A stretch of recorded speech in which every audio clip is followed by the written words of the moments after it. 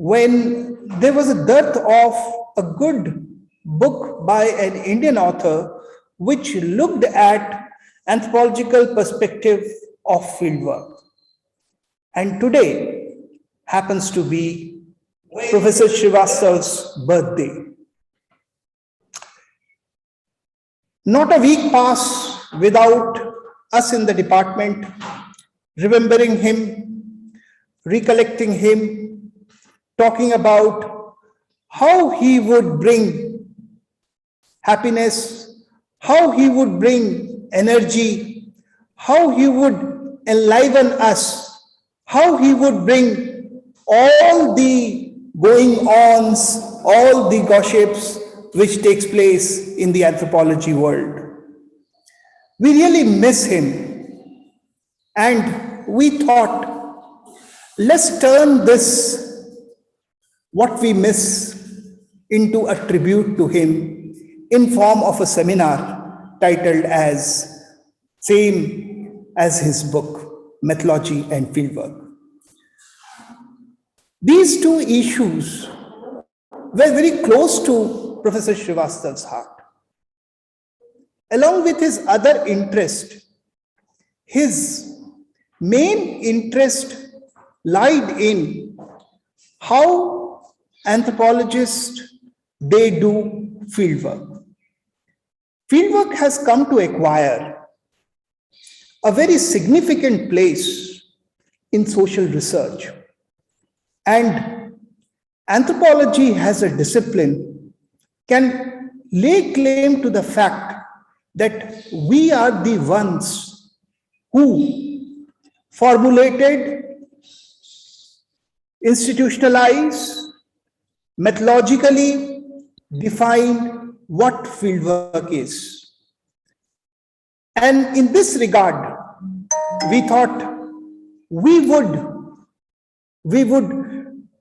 take a review of what all progress we have made since the book which came out in the year 2004.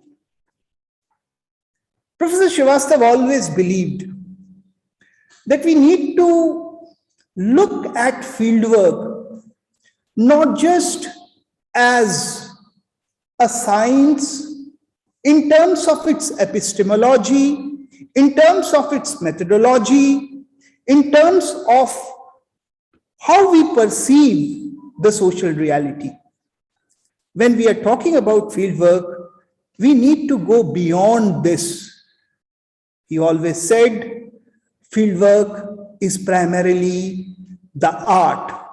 And how we combine this art with science, wherein lies the strength of anthropology.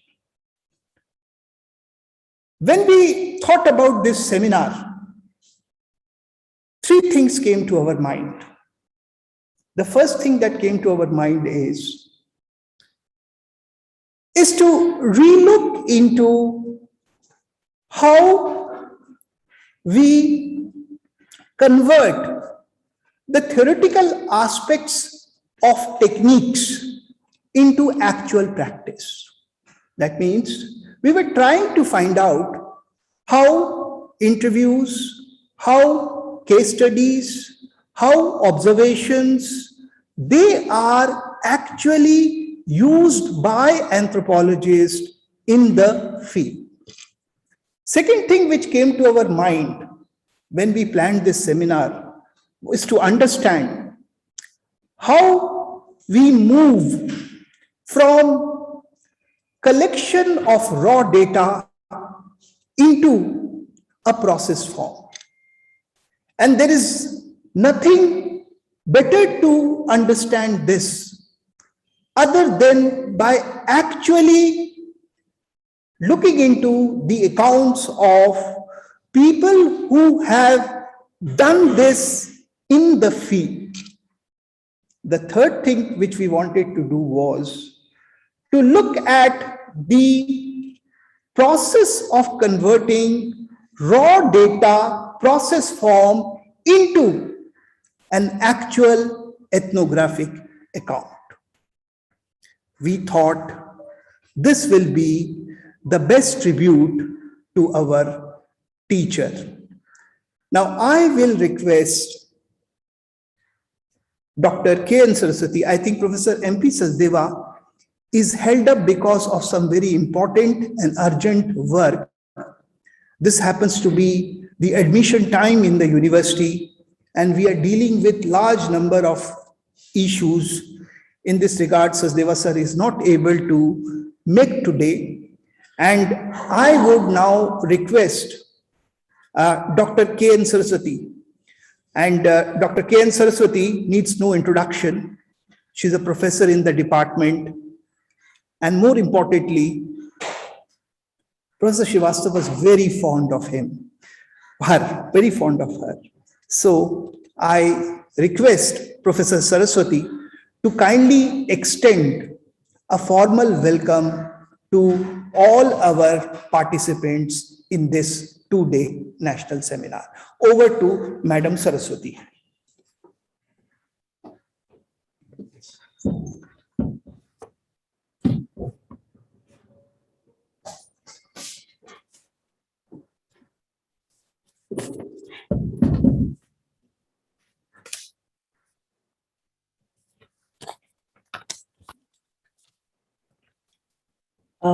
Very good morning to all present physically here and all those who are present online. And first of all, I'm very happy, though you all know, but still I would like to say, in fact, proudly say, that our department has completed 75 years of existence very successfully. And at the back of this success, there are many people, starting from Biswas sir, Professor Biswas, then comes IP Singh sir, Professor Bhasin, Professor Seth, Professor Madam Seth. So there are many people, I will not be mentioning them here. And I think in that list, we cannot ignore or we cannot forget Srivastava sir. So we are actually the whole year, we are having a series of seminars, webinars, workshops, and lectures, invited lectures, just to show people that we are celebrating our successful completion of 75 years. So this is one of the events. And as Professor Mitra said, Professor Sachdeva was supposed to be giving the welcome address. And though he is not present now because of some other commitments, he will be joining the webinar a bit late. And then coming to the webinar, it has actually, we wanted to do a webinar after Srivastava sir left us. It's very unfortunate, he's not here now. And whenever we are organizing a seminar or a conference, first person we used to remember was Srivastava sir. And he is not here today. And we are organizing a seminar in his honor. And I really congratulate both Professor Mitra and Dr. Mahajan to take the lead and conduct this event and make me a part of this. And I'm fortunate that I'm starting the seminar with my introduction or about opening remarks. And I welcome Madam Chenna, who is now in USA. I think it is very late night for her, but still she is waiting for her turn to talk. And I welcome you, ma'am. And then I welcome all the participants once again, and all the speakers who are going to talk today and tomorrow. And I welcome and also thank them for being a part of this webinar. Now let me just talk about Srivastava sir. Just 2 minutes I will take. When we were organizing international seminar, Joshi sir, as a head of the department, spoke to Srivastava sir to be in the seminar, international conference, either in the inaugural session or in the valedictory session. And surprisingly, Srivastava sir never says no to anything, but that day he said, I'm busy, I won't be able to make it. And when we thought he will not be coming. And in fact, I was angry with him. And one day we were making the program, just I think 5 days before or so. Kiran was talking to me. Kiran says, ma'am, how can you think of a valedictory or inaugural without Srivastava sir? Who else is there who can deliver? So we could not find anybody. So she said, without him, I will not agree. Then immediately I called Srivastava sir. He was in a meeting. I said, can I talk to you for 2 minutes, sir? Then he said, okay.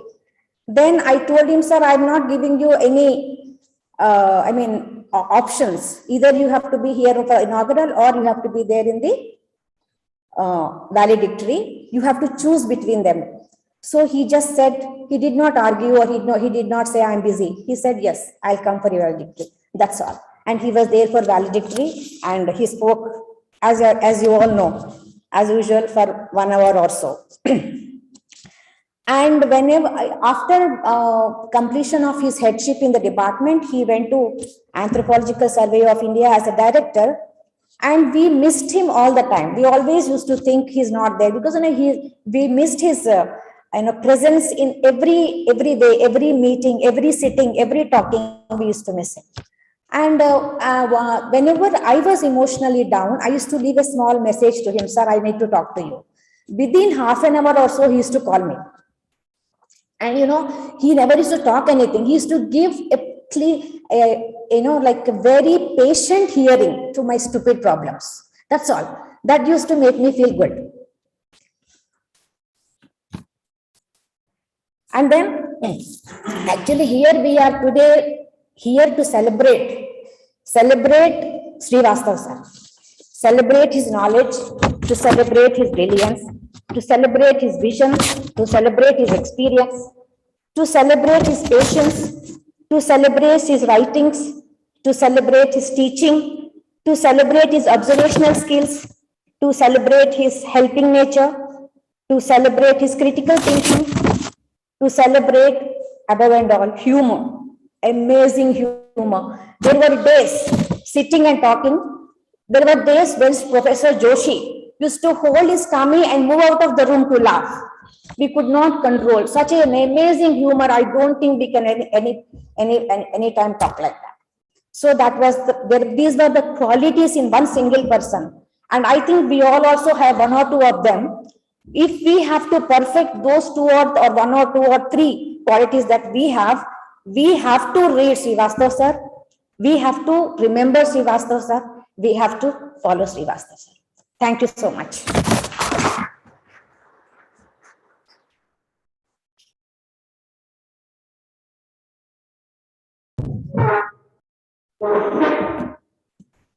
Thank you so much, Madam Saraswati.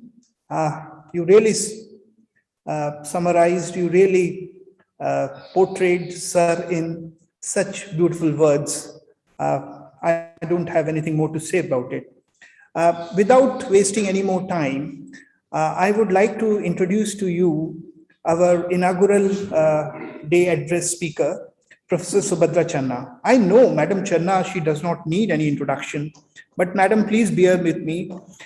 She is in the United States right now, and I know that there is this time difference is already 11:40, 11:30 at night. So she's really tired. So I introduce her to the people who perhaps may be joining us, may not know much about her.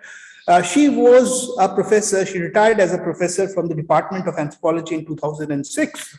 She was a Fulbright fellow, Fulbright lecturer, Fulbright professor, and has large number of achievement to her credits, which include 8 books, more than 70 articles, and 4 of her most important work, which I should mention to all of you, and at least I will request all our students to have a look at, is Gender in South Asia, which was published from Cambridge University Press, Inner and Outer Cells, Oxford University Press, edited work. And then she has a work on life as a Dalit, which she edited and published by Sage, and gendering material culture.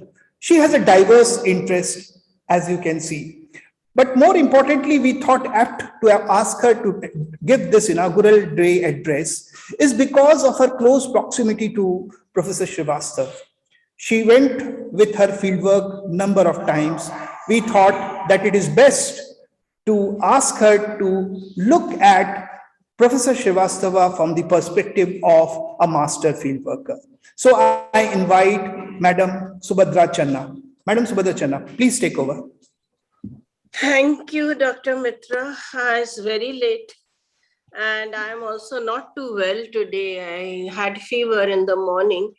But anyway, and I accepted to talk to you people today because as you very rightly said, Vinay was a very close friend and somebody, and I agree with Saraswati there, that whenever I had a problem, he was the best listener. And well, we spent, I think, more than 40 years, maybe 50 years together as friends. And I have visited his field with him. As I don't know, many of you must be knowing, and although we are talking about his book on methodology, which is an edited book, his first really important work was his ethnography of the Raikas of Bikaner, which was published by Oxford University Press. A very good book, and just like Dr. Mitra suggested to the students that you read my books, which you may or may not, but do try to read Professor Vinay Srivastava's book on religion and renunciation. I think that is the name of the book. Now, you know, we are always being told that fieldwork is participation, participatory observation. And although we you take as anthropologists, we take fieldwork for granted. We think fieldwork means just going to the field and collecting data. But that is not true, because even theoretically and academically, if we observe the way fieldwork, the meaning of fieldwork has changed over the years, you will find that there has been enormous changes from the time when the field was seen as a laboratory. You know, the very word laboratory had a kind of a connotation of observation, of an external observer as somebody, and the field as the other. The field as something that was apart from us, different from us. And we, the observers, the anthropologists, were looking at the field as a laboratory. If you see the very early works in anthropology, they talk about the field like that.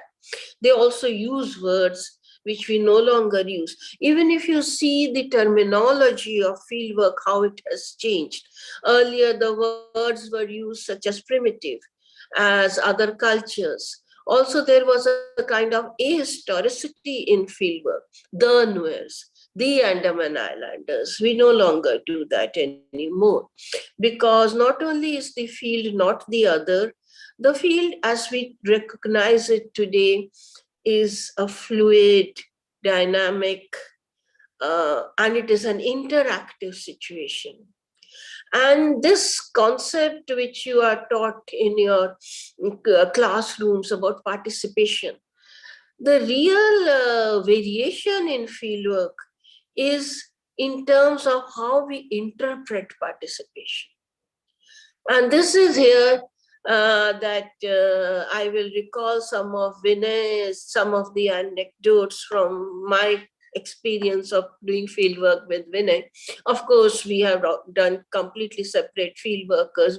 I was an urban field worker, though I have later on worked in tribal areas as well, very remote areas in the Himalayas. But Vinay was there in Bikaner, in the desert, working with these camel breeders, Raikas. And when I went with him in the field, and very interestingly, the word that Dr. Mitra just used was master field worker. But in his field, the people in his field referred to him as Masterji. And he was known as Master G to the Raikas, and he worked with them for many years, many years. And there was a great degree, when I went, as it is, you go and you are welcomed into houses. And initially, of course, everybody thought that I was Kumkum. But then he had to tell them, no, this is not my wife, not Kumkum. She is a friend and she's a colleague, and we have come to do field. But there were students with us also. And then, very interestingly, Vinay told me, Dekho Subhadra, I have worked with these Raikas for a long time, but I know nothing about their women.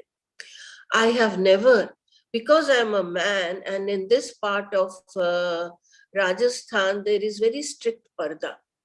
The women don't talk. He did talk to some women. I will just come to that. But most of them don't talk, and I've never been inside the house. See, he was constantly moving with the men.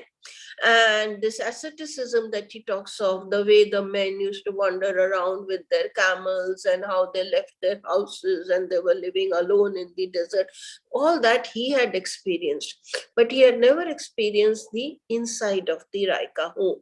So he told me, you go inside and you talk to these women and you tell me, you come out and tell me. So I went inside, and of course I talked to the women, and there was some very interesting talk because and again, you see, the whole point is that when we went to the field, Vinay, or most of us, your teachers, one principle of fieldwork that is always followed is that of equality. We never talked to those people, and therefore they did not talk to us like there was any kind of a hierarchy or a difference.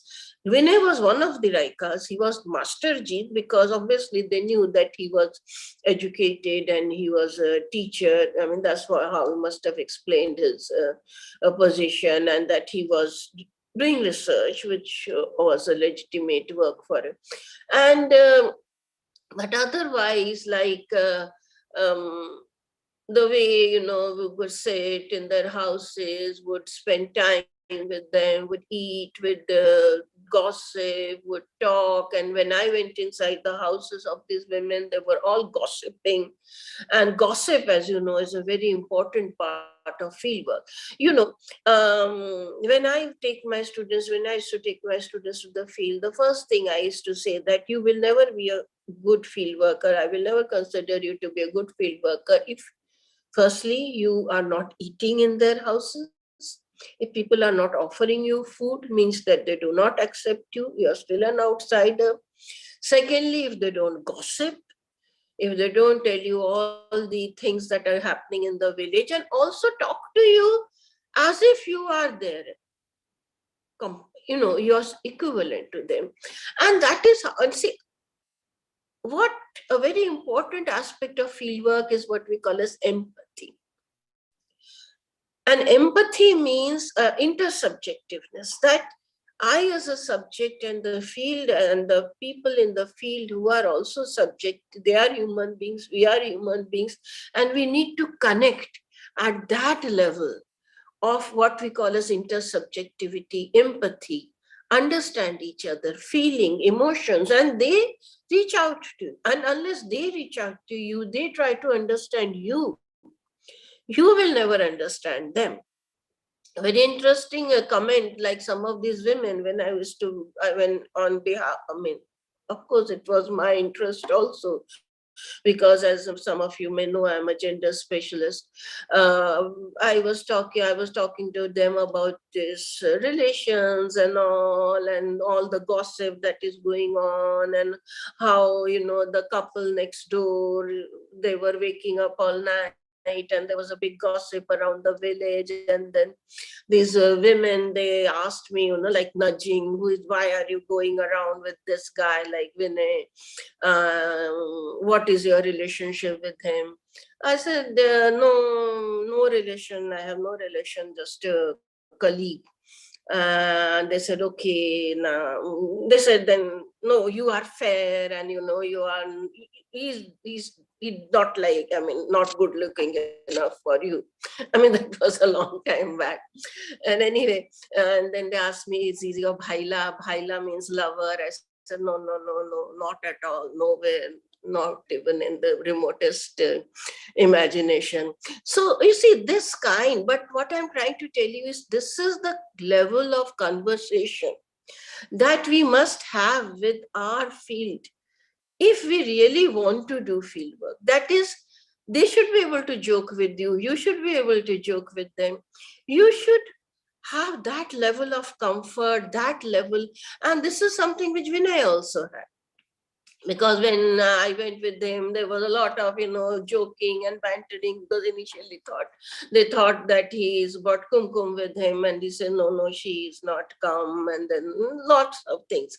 But also the commitment. For I remember once there was this woman who we used to call his sister, and she was very ill. And the efforts that he made, getting a cab, you know, it is a remote area, I don't have, getting a vehicle, getting that woman to hospital. I mean, that kind of, it's not just empathy, it is that they are not the others. And this is what is the most important lesson of fieldwork. We must not treat the people we work with. Now, again, nowadays, we never use the term that we are studying them. We say we work with them. They are our co-workers. They are our collaborators. They are giving us their time, their energy, they are feeding us, they're keeping them in our houses. But we too have a commitment. And I've seen this kind of a commitment that Vinay had for his long term in his field, taking people to the hospital, helping them in so many ways. I remember this particular incident because this woman, I mean, the kind of difficulties that he had to face to take her to the hospital, and she was one, because, you know, even when there is parda, there are certain categories like aunts and adopted sisters, and she was an adopted sister. So this are, you know, the true, I would say, the ethics of doing fieldwork. And again, this work field is changing. Nowadays, we talk more in terms of what we call as engagement. We engage with the people, we don't study them. They are not a laboratory. They are human beings with whom we should very rightly and ethically engage in a way in which our work, I mean, academics is fine. Of course, we are academicians, so we should do academics, but never. And this is something which I want to reach out to my young students, the young colleagues here. Don't treat your field like, you know, something which is only there for you to collect data. No, that is not the right approach. I personally, I have been working with this community, with whom I did field work. But I have been in touch with them for the last 40 years. I still go and visit their houses, and now they joke with me, oh, you were that little girl who used to come here with your jhola, and you were doing your PhD, and we helped you. Of course, many of them are dead, and many of them are, of course, elderly like me, those who were young at that time. And, you know, there is this recalling things, oh, you know, how you used to come and we used to tell you these things, and now so many years have passed, and now we are this, you are a grandmother. So, but the whole point is that I never left those people. I still with them. I still call them, I talk to them, second generation, third generation has come. So the field is not simply a means of data collection. And that is something which Vinay also understood. And I know many others who continuously engage with the people they work with. They become your lifetime partners. And that, I think, is the true meaning of doing ethnographic research. I will not take too much time because it is getting very late for me. It is almost midnight here. And I think there are many other speakers who are waiting to speak. So I will say good night to you now. I'll go back to sleep. But there are certain, we must, and the only thing that I want to summarize at the end is that the attitude towards fieldwork has to change from the time when the field was elaborated. It no longer is. It is a commitment, an engagement. People who collaborate with us to produce our PhDs and later on our works, it is quite likely that sometimes you cannot keep in touch. Like the people I work with in the Himalayas, now I physically cannot go there anymore. I'm too old. I cannot climb those mountains and do all that kind of work. But at least I keep them in my mind. I think about them. And sometimes you can offer a little prayer for them, or at least see that they were a part of your life. Keep them as a part of your life. That is all that I wanted to say. Thank you.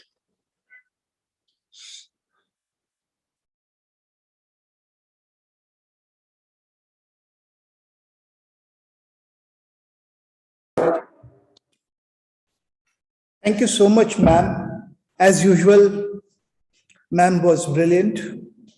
And as usual, ma'am was brilliant. And she's right when she says that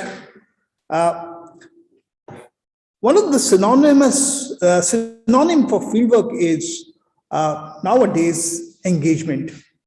It should not be seen merely as a place from where we collect our data, where we test our hypothesis. It is something more than the lab. It is this engagement and attachment, Madam rightly says, what make anthropology a distinct discipline, what make anthropology a special discipline, what makes anthropology the discipline among all the disciplines. And thank you, ma'am, so much for your address and your perspective about how Professor Srivastava used to conduct fieldwork with the kind of engagement with the people. That was wonderful. Ma'am is not well, and it was very kind of her to be with us and give this inaugural address. She has just settled down in the United States. I was talking to her last evening, and she was telling me that there are a lot of connectivity issue over there. She is yet to get her internet connection. So she was quite apprehensive how she would be able to speak today. But ma'am, thank you so much that you could come and you could deliver such a interesting speech today.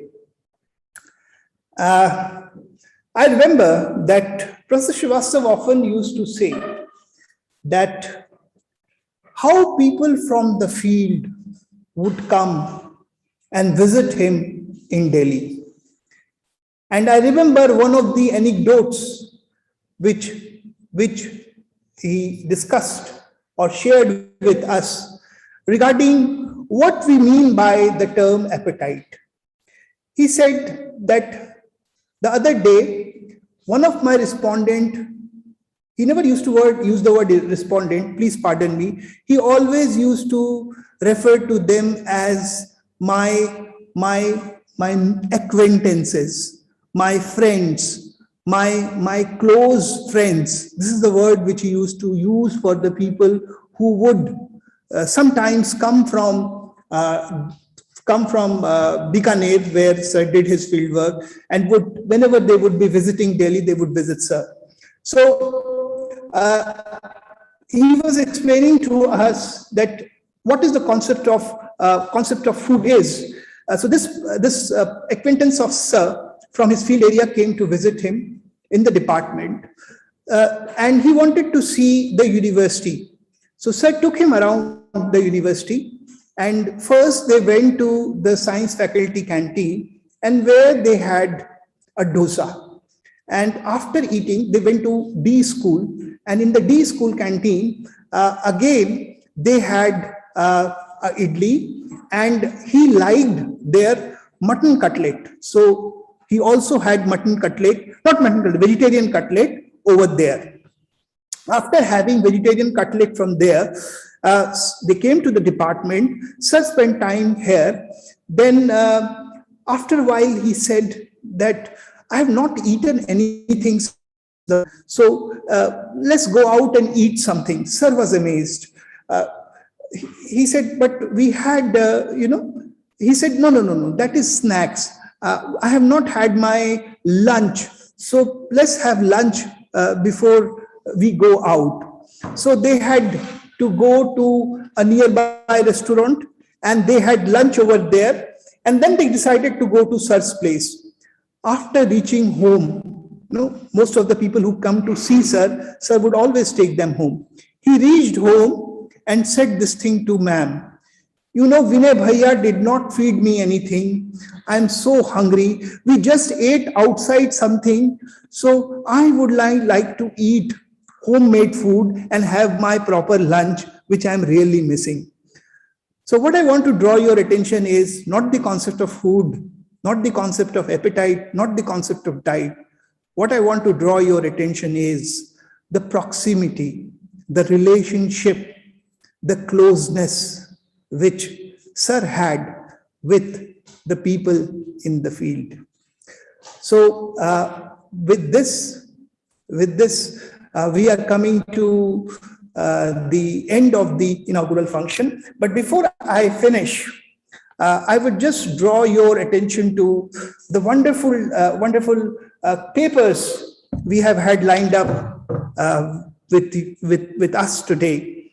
Starting from the first paper, which is going to be delivered by Dr. KN Saraswathy. And Dr. KN Saraswathy happened to be a die-hard physical anthropologist at one point of time. She underwent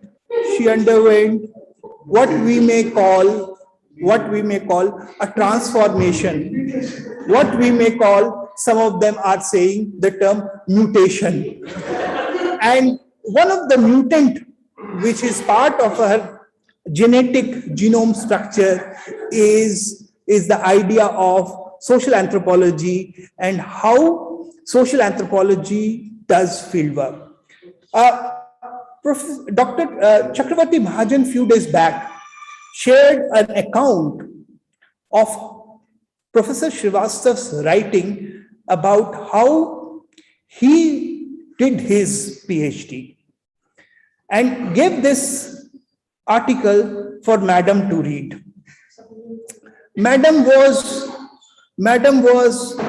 so much influenced by that article that she inspired to write on how, as a social anthropologist, Professor Srivastava has influenced her in understanding her own fieldwork. The second paper is going to be by me, which I would be talking more about later on. After that, we have a brilliant, some kind of reminiscences about Sir, which is looking at Professor Srivastava from the perspective of an anthropologist, as a theoretician, as a practicing anthropologist, and as a humanist.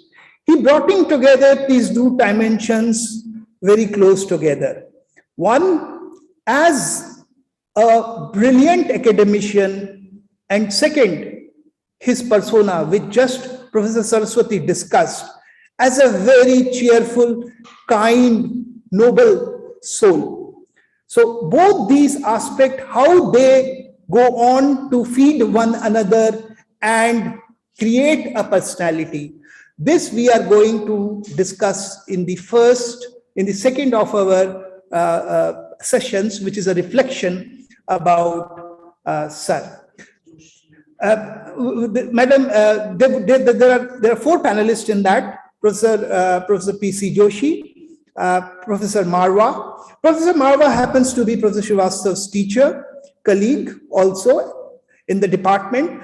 Professor Joshi was a contemporary, was a colleague and a friend. And we have a third panelist. We have the third panelist, who is Kumkum Srivastava. Kumkum Srivastava, as you all know, happens to be her better half.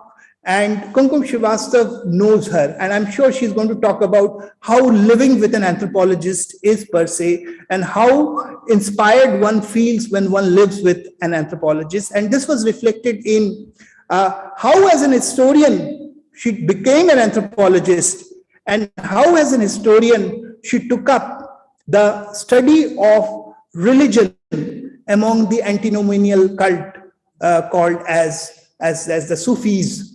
The fourth speaker of the day is going to be one of the most well-known student of Sir, Vibha Joshi. Vibha Joshi was, Sir would rate her among her best student, and would often talk about how brilliant she was and what a brilliant fieldwork she did among the Saharias. And she's going to talk here about the writing part of how, as an anthropologist, Professor Srivastava used to write, and how, as an anthropologist, we write our account. She's going to discuss a brilliant exposition would be from her on the style of writing. The third section would, after lunch, would look at, again, three interesting papers, which are close reflection about how fieldwork is done, starting with the new concept. You see, Professor Subhadra just mentioned about how the conduct of fieldwork is undergoing change, how the relationship between the anthropologist and the people, the interlocutors, our interlocutors, they are undergoing a change. And in this regard, one of the recent phenomena which has become very significantly in the development sector and other applied sector is the concept of team ethnography. So ethnography is no longer a one-man, single person show account. Team ethnography has come to be a kind of an alternative to the lonely idea of a single ethnographer going to an area. Team ethnography leads to number of issues and problems regarding how to coordinate the team, how to bring different people together at one platform, and Dr. Avitoli Zimo will talk about this. The other two papers would look at, by Chakraverti Mahajan and Dr. Kennedy Singh, about their own field and the very idea of how they did field work.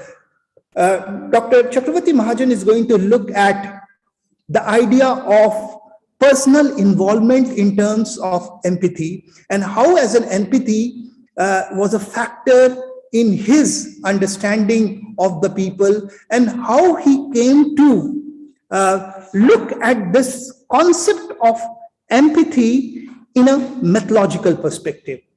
Dr. Kennedy Singh is going to talk about his own learnings from the field through his fieldwork experiences. The last session of the day will be a brilliant one, wherein we are going to have some of the people who were very close to Professor Srivastava's heart for this, in his journey as an anthropologist. So they're going to talk about the three facets of Professor Srivastava's personality: as an anthropologist, as a colleague, and as a friend. So this is the program we have designed for the first day. Second day, we are going to have reflexive account of their own ethnographies by those who were trained by Professor Srivastava. So we have second generation of people who has come out now, who have been trained by Professor Srivastava, and we look forward that how Professor Srivastava lived today in their work, in their approach to ethnography. Now, before we wind up for the session, I would recollect a small anecdote or recollection which we had yesterday when we were planning for this seminar. One of the hallmark of Professor Srivastava's personality was his ability as a wonderful teacher. It would not be out of place to say that he was perhaps the best teacher of anthropology in our department. He inspired a large number of students to take up social anthropology, to continue with anthropology by virtue of his teaching. In fact, many of my friends used to say that social anthropology, which is more of a storytelling, looks so scientific, so meaningful when Professor Srivastava teaches in this class. And Professor Srivastava had a very distinctive style, how he used to teach. He would enter the class, and he would enter the class at a very brisk pace, bringing in the positive energy with which he used to teach in the class. And the first thing he would do after entering the class is take out his wallet, take out his comb.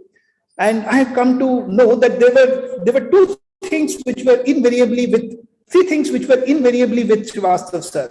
One, his comb; second, his wallet; and third, his shoe brush and polish.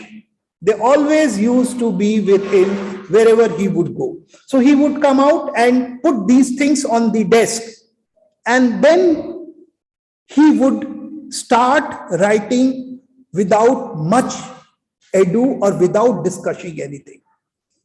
And then there would be a feast for eyes and ears, listening to him for hours together without blinking, without getting tired. It was all so wonderful and stimulating to hear him, to learn from his work.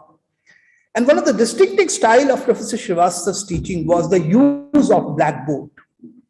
He would begin from one corner of the blackboard, writing in very small size letter, and by the end of the class, the entire blackboard will be filled with what he has taught.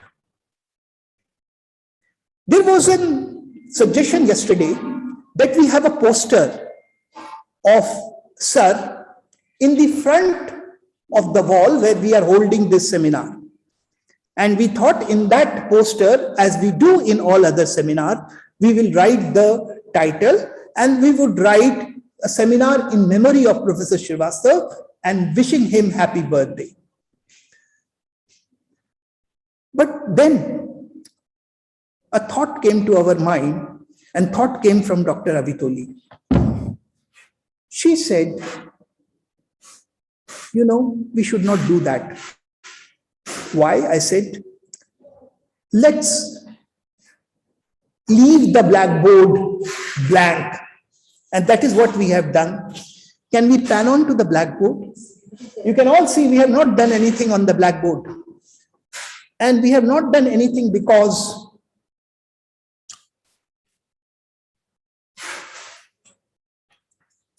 he comes.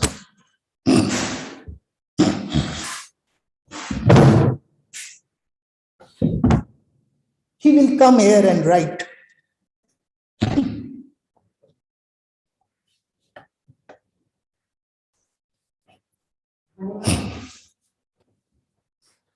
Please pardon me. Professor Srivastava always used to say, emotions are sign of weakness. You should not be emotional. That shows how feeble-minded you are.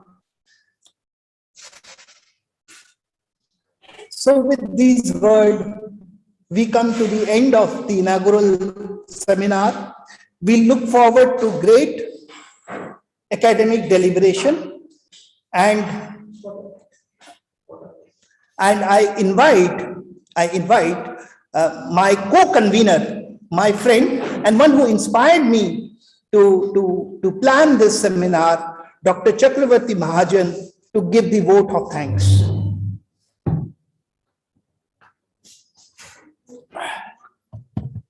Good morning, everyone.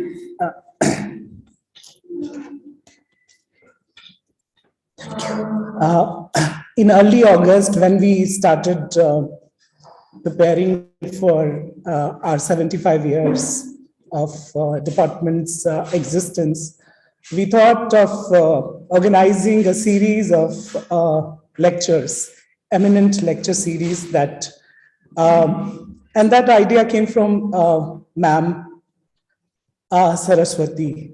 And when Ma'am proposed this idea to our HOD, who's a fine gentleman, he agreed to Ma'am's idea. And they decided that the first speaker whom we are going to call is Professor Joshi. And you know, Professor Joshi is a hard taskmaster. When Ma'am spoke to him that, sir, you have to deliver the inaugural eminent series lecture, he asked Ma'am that you have to prepare a list of the events which you are going to do this year. And it worked. It worked for all of us. All of us in the department, we were told by the head of the department, by Saraswati Ma'am, that you all have to plan events. A staff council meeting was held, and it was made a formal affair. We all wrote proposals. We all planned activities. And one of the things which came to our minds was that this is the first time that we are, after many years, even after Professor Srivastava retired in 2016, there was any seminar which we conducted before without him. He was always there, and this was the first time that we were doing all these things. And Ma'am would often say for the inaugural of eminent lecture series, he's the only, I mean, the first person who comes to our minds is Professor Srivastava. So this whole idea of organizing a seminar in his memory, we've been thinking about it, but then today is the time when it should have happened. And that is what Professor Mitra has done. He's been working on this seminar for almost 4 months now, single-handedly, and he has planned everything meticulously. And you have seen how much he knows about Sir. He's a direct student of Sir. He was trained by Sir, and he has also inherited his eloquence, his articulation skills, and his humor. So I've already listed the people who've been instrumental in this whole activity: Professor Joshi, Professor Srivastava, Professor Sachdev, Professor Saraswati, Dr. Avitoli has always been a very, very supportive person. She's always supported us in all the ventures we have in the department, and you have seen her always, standing with us. My colleagues, Dr. Kennedy, Dr. Kiran Mala, they are here. Dr. Vipin Gupta is also here. And all other colleagues who are, Dr. Suniti has joined, my other colleagues, Professor Mondan, Professor Manoj, Professor More, Dr. Chandel, Dr. Mitashri Srivastava, all of them in their own way have contributed to this seminar. I thank them all from bottom of my heart. I'm also thankful to the research scholars of our department who've always supported these events. They are just a call away. They always help us with technicalities, with decoration, with minute, especially a special thanks to KV. I often forget KV. KV is someone who looks after the technical, along with Dr. Avitoli, he's been taking care of the technical thing. Shweta, she took care of decoration this time. Also Praveen, I thank them. Last but not the least, this event cannot be possible without the non-teaching staff of our department, also the garden committee, who have, you can see the beautiful flowers here, they come from our garden committee, and non-teaching staff, they've always been supportive. So I welcome you all, and I thank Professor Channa for delivering the inaugural address. And I also welcome on my own behalf and the behalf of the organizing committee of the seminar to all the speakers. Thank you very much.